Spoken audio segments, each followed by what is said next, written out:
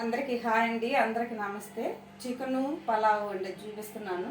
నాకు వచ్చిన స్టైల్లో నేను చూపిస్తున్నాను. అందరూ చేసేదే కదా, అందరం చేసుకునేదే కదా అని అనుకోవద్దండి. చూడండి, మీకు నచ్చితే లైక్ చేయండి, ఒకసారి ట్రై చేయండి, మీరు కూడా వండుకోండి. ఇదిగోండి పొయ్యిలు ముట్టిస్తున్నాను. చికెను పలావ్ చేస్తున్నాను కదని చెప్పాను కదా, ఇదిగో పొయ్యిలు ముట్టించుకుంటున్నాను. సన్ఫ్లవర్ కొంచెం నెయ్యి, ఇది చికెన్ కండి. మరి ఆయిల్ ఎక్కువగా ఉంటేనే కదా చికెన్ బాగుండేది, అది బాగోదు కదా. అదే ఇదిగోండి నెయ్యి, సన్ఫ్లవర్ కొంచెం, నెయ్యి కొంచెం. నాకు వచ్చిన, మేము పల్లెటూరు వాళ్ళం కదండి, మాకు వచ్చినట్టుగా మేము వండుకుంటాము. మీరు ఎలా వండుతారో నాకు తెలియదు. ఇది కొంచెం మన నూనె నెయ్యి కాగిన తర్వాత ఇదిగోండి దాచిన చెక్క, ఇది ఏదో పువ్వు, అనాస పువ్వు ఏదో అంటారు. ఇది పలావులో వేసేది. ఇది మరాఠీ మొగ్గ ఏదో అంటారు. ఇది మన పలావులో వేసేది. ఇది వచ్చేసి జీడిపప్పు, ఇది యాలక్కాయలు, లవంగాయి, ఇది మన రుచి కోసం వేసే సాల్ట్ అంట, నాకైతే దాని పేరు రాదు. ఇది వచ్చేసి బిర్యానీ ఆకు, రాని కొన్ని మీకు చూపిస్తున్నాను. ఇది దాచిన చెక్క. ఇవన్నీ మనం దీంట్లో వేసుకోవాలండి. ఇది నాకు వచ్చినట్టుగా నేను చేస్తున్నాను. ఈ పేలతి అమ్మయ్యో టాప్ అందులో అమ్మో చాలా వేలిపోతుంది. ఈ పేలతాయండి, దగ్గర చూపించడానికి ముందు మొహం పోద్ది వేలిని అంటే డామ్ అంటే అలా పెట్టేసి మళ్ళా వెళ్తాయి టప్ప అంతే ఒకసారి. ఇవి వేగిన తర్వాత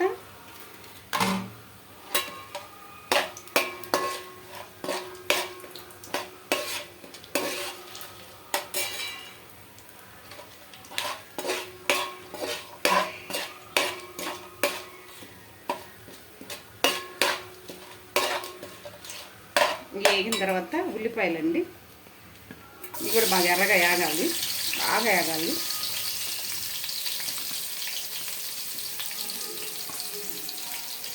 ఇవి బాగా వేగాలండి, బాగా కాలాలి, బాగా ఎర్రగా వేగాలి ఉల్లిపాయ.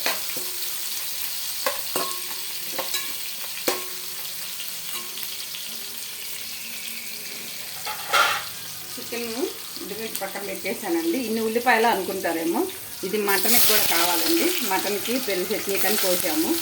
ఇన్ని ఉల్లిపాయలు, నేను ఎక్కువ ఉల్లిపాయలు వాడతానండి.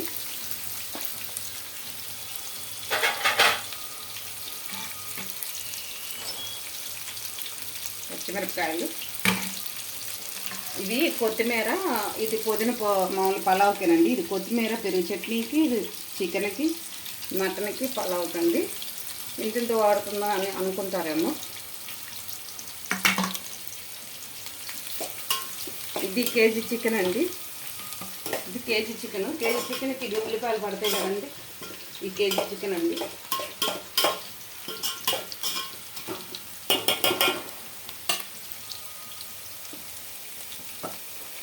కొంచెం పసుపు వేసుకోవాలి, దాంట్లోనే తొందరగా మగ్గిపోతాయి అడుగంటకుండా.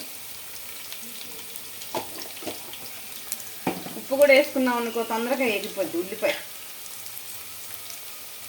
లేట్ అవ్వకుండా ఏగిపోద్ది అన్నమాట, తొందరగా ఏగిద్ది. ఇది ఉల్లిగడ్డ బాగా వేగాలి, ఎర్రగా వేగాలి. ఎర్రగా వేగిన తర్వాత దీంట్లో అల్లం పేస్ట్ వేస్తానండి.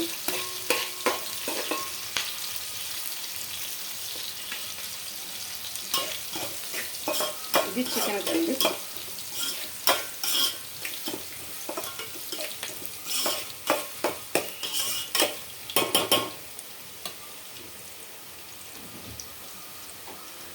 అల్లం పేస్ట్ వేయాలండి. చూసారా ఎర్రగా అలా వేగిపోయినాయి ఉల్లిపాయలు. అలా వేగిన తర్వాత మనం అల్లం పేస్ట్ వేసుకోవాలి పలావ్లోకి.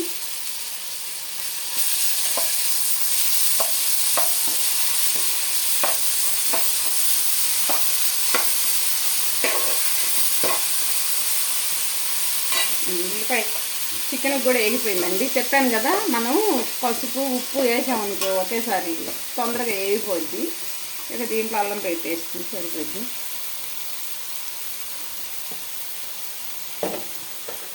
చికెన్కి ఇది కూడా వేగిపోయింది.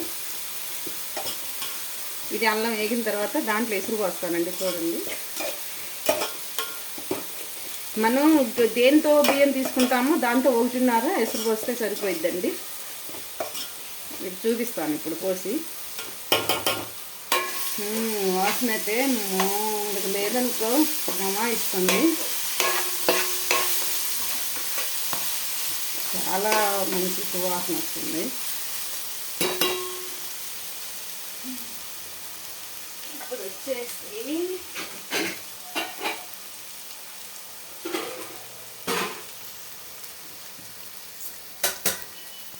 ఇదిగోండి చూడండి, మనం గిన్నెడి బియ్యం తీసుకున్నాం అనుకో, ఈ గిన్నెతో ఒకటి తీసుకున్నాం అనుకో 1.5 మనం దాంట్లో ఎసురు పోసుకోవాలండి.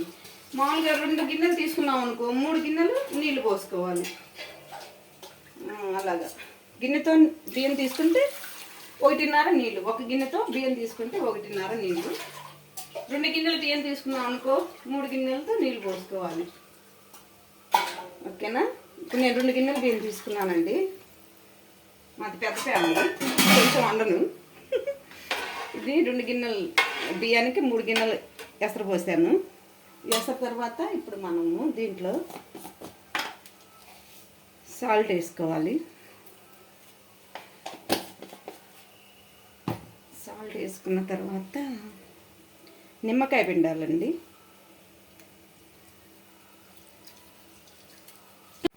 మసాలా పొడి అండి, గరం మసాలా. ఇక ఇదే చికెన్ మసాలా అయితే నేను అన్నిటికీ ఇదే వాడతానండి. కొంతమంది వాడుతుంటారు కదా, చెప్పానుగా ఇది నాది ఇలా చేస్తానని.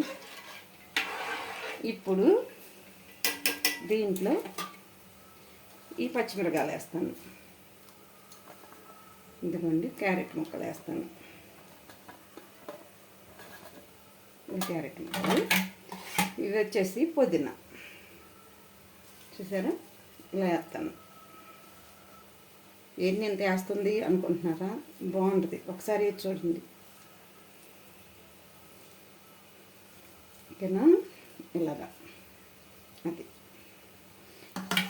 చూసారా ఉంది.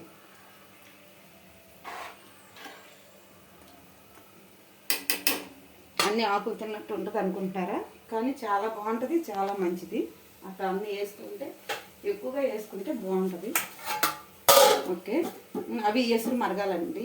ఎసురు మరిగిన తర్వాత మనం ఆ ఎసురులో బియ్యం వేస్తాను.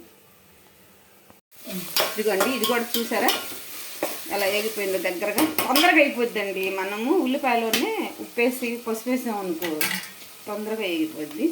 ఇదిగోండి చికెన్ కడిగి పెట్టుకున్న చికెన్.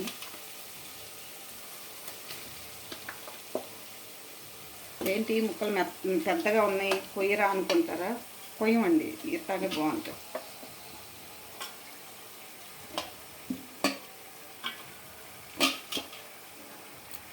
ఇదంతా వేసిన తర్వాత దీన్ని కొద్దిగా మంట తగ్గించేసుకొని శుభ్రంగా ఇలా కలుపుకోవాలండి. చూసారా, ఇది ఇలా కలుపుకోవాలి శుభ్రంగా.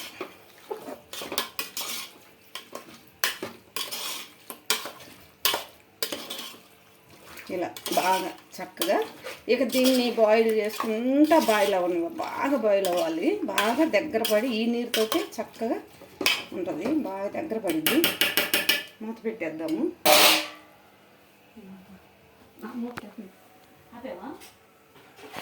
ఇదిగోండి చెప్పాను కదా, బాగా ఇలా తిప్పండి శుభ్రంగా. దీన్ని బాగా మంట సన్నగా, మరీ తగ్గించకండి మరీ పెంచి పెట్టకండి. మైనంగా పెట్టేసి ఇక ఒక 10 నిమిషాలైనా దీన్ని బాయిల్ అవ్వనివ్వండి, కొద్దిగా మగ్గనివ్వండి. ఓకే, చూద్దామండి. ఎసరు కాగినాయేమో. ఓ కాగినాయండి. ఓయ్ ఓకే అట్టండి. ఇది కూడా తీసేద్దాం. దగ్గర పడుతుంది.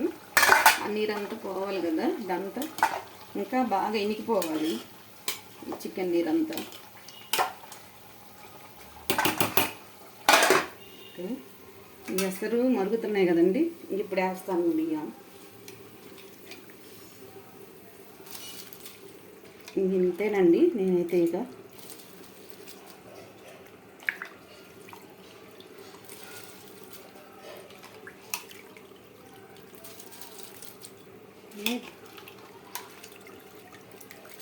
ఓకే.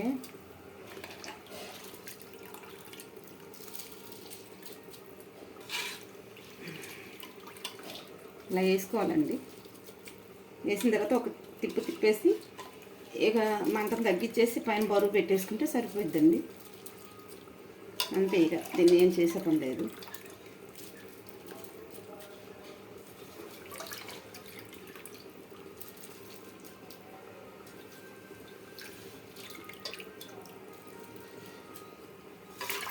ఎండుగా వచ్చినాయి పోతాయేమో అనుకుంటున్నారా? పోవండి.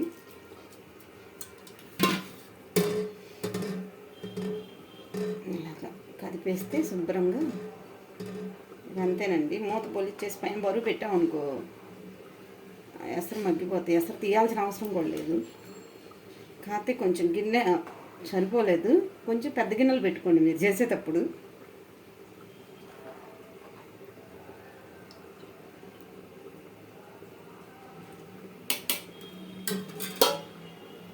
నచ్చితే చేయండి, కామెంట్లు మాత్రం ఏం పెట్టకండి తప్పుగా. అంతేనండి. అది ఒక ఉడికిన తర్వాత నేను దీన్ని ఒక ఉడికిన తర్వాత ఈ మంట తగ్గించేసి దీన్నే బరువు పెట్టేస్తానండి. ఇక పలావ్ అయిపోయినట్టే. నాది వచ్చింది అది. ఇది ఒకసారి చికెన్ కూడా కదిపేసి ఇంకా బాగా దగ్గర పడ్డ తర్వాత దీంట్లో కారం వేస్తానండి. ఇది మొత్తం ఇనిగిపోయిన తర్వాత కారం వేసి కొంచెం ఎసురు పోస్తాను.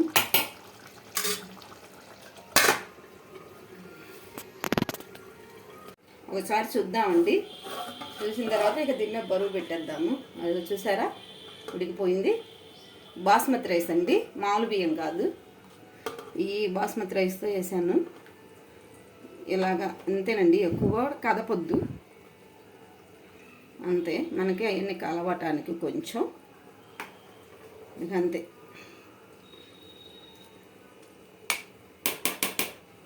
అంతేనండి. ఇలా వచ్చేసి మూత. ఇదిగోండి, మేము చపాతీ రుద్దే బండ ఇది. ఈ బండ దిన్నే పెడతాను బరువు. ఇలాగా ఏది ఉంటే అదే పెట్టాలి కదా, గాలి పోకుండా హెయిర్ పోకుండా ఉండాలంటారు కదా. ఇదండి మంట. ఇక తగ్గించుకోవాలండి. అమ్మమ్మ ఇంకాపమ్మ. ఓకేనండి, ఇదిగో చూడండి, చెప్పాను కదా, చూసారా ఆయిల్ దగ్గర పడిపోయింది. ఇక దీంట్లో లెక్కైతే మనం వాటర్ కూడా అసలు పోసుకునే అవసరం లేదు. ఆ చికెన్ అందరూ వండుకునేదేగా అని మీరు అనుకుంటారేమో. ఇలా చేసి చూడండి, దాని టేస్ట్ అర్థమైద్ది, మీకు తెలిసింది.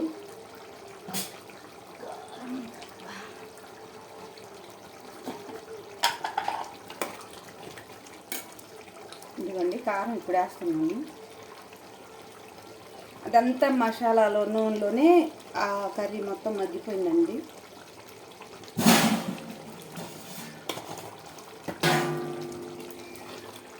చూసారా, ఇక దీనికి నాకు తెలిసి ఎసరు కూడా అవసరం లేదు, కాకపోతే వేస్తామండి. అయిపోయింది, కూర అంతా మెత్తగా ఉడికిపోయింది.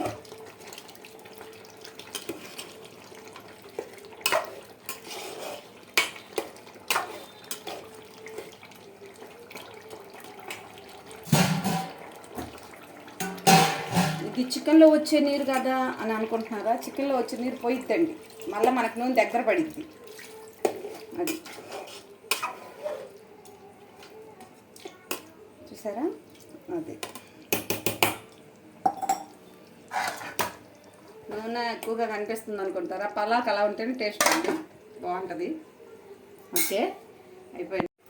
సరేనండి, ఇందాక మనం ఇసుట్లో బియ్యం వేసి కొంచెం ఉడికాక ఇది పెట్టేసాం కదా, అది కూడా మీకు ఎవరని చెప్తాను. ఇప్పుడు మేము ఎలా ఉందో చూద్దాము. మన బిర్యానీ బాగుందండి, చాలా బాగా వచ్చేసింది. ఎట్టా ఉంటుందో అనుకున్నాను. మీకు నచ్చితే ఒకసారి చూడండి, సరేనా? ఓకే, అంతేనండి, అలా ఉందని చూసుకోవటమే మనం, అంతే. మళ్ళీ కాసేపు పెట్టామనుకో దమ్ముకొని ఇంక అలాగే ఉంటుంది మూత. ఓకే, మీకు చెప్పలేదు కదండి, బాస్మతి రైస్ వేసిన తర్వాత ఒక ఉడికిన తర్వాత మన సిమ్లో కొంచెం తగ్గించుకొని మంట మూతను ఇలా పెట్టేసి ఇది కనీసం ఒక 10 నిమిషాలైనా అట్లా ఉంచాలండి. ఒక 10 నిమిషాలు అలా ఉంచితే మొత్తం మగ్గిపోయిద్ది. 10 నిమిషాలు పోగంట సరిపోద్ది. బియ్యాన్ని బట్టి ఉంచాలండి, అంతే. తొందరగా మగ్గిపోద్ది. కొంచెం అనుకో తొందరగా అయిపోద్ది, మరింత అనుకో కొంచెం లేట్ అయిద్ది, అంతే. చికెన్ కూడా అయిపోయింది. ఓకే, ఇది పలావ్ అయిపోయిన తర్వాత వేయాలంటండి. మా అబ్బాయి కిరాణా షాప్ పెట్టుకున్నాడు, ఇది బాగుంటుందమ్మా తీసుకెళ్ళన్నాడు. సర్లే అని చెప్పి తీసుకొచ్చాను. ఇదేంటో నాకు తెలీదు, పేరేంటో, కానీ వేసేదేనమ్మా అన్నాడు. అయిపోయిన తర్వాత మంచి వాసన వస్తుందండోయ్. ఇదిగోండి, ఇది బాగుందండి. అయిపోయింది మా పలావ్, అంతే. సరే, కొంచెం అసలు ఎలా ఉందో ఎట్లా వచ్చిందో టేస్ట్ చూద్దాము. కొద్దిగా కొంచెం సూపర్ వచ్చిందండో, బాగుంది.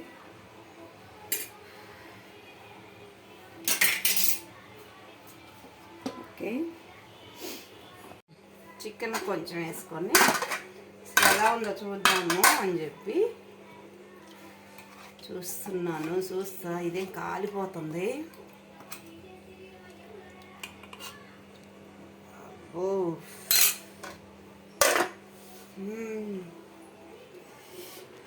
ఉల్లిపాయ కొయ్యలేదు, లేకపోతే ఉల్లిపాయ పెట్టుకొని చూపించేదాన్ని. వాసనకి కడుపు నిండిపోతుంది, తిందామంటే కాలిపోతుంది.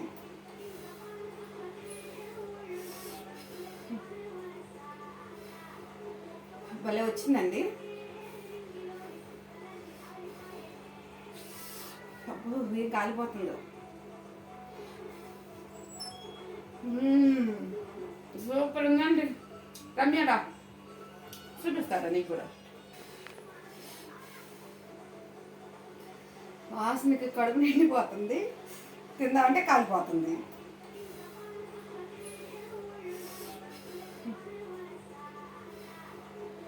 భలే వచ్చిందండి. అప్పుడు ఏం కాలిపోతుందో. సూపర్ ఉందండి. రమ్యడా చూపిస్తారా నీకు కూడా? సూపర్ ఉందండి. అసలు ఏ రెస్టారెంట్లు చాలు, అంత బాగుంది. చేసుకొని తిని చూడండి, మీకు అర్థమైంది. సరేనా? ఏదైనా సరే మనసు పెట్టి వంట చేయాలి, మనసు ప్రశాంతంగా వంట చేయాలి. వంట కుదిరిద్దండి, అంతే. ఉల్లిగడ్డ కారమైనా సరే మన మనసు వంట మీదే ఉండాలి, అప్పుడే అది కుదిరిద్ది. ఏంటంటే తినాలి.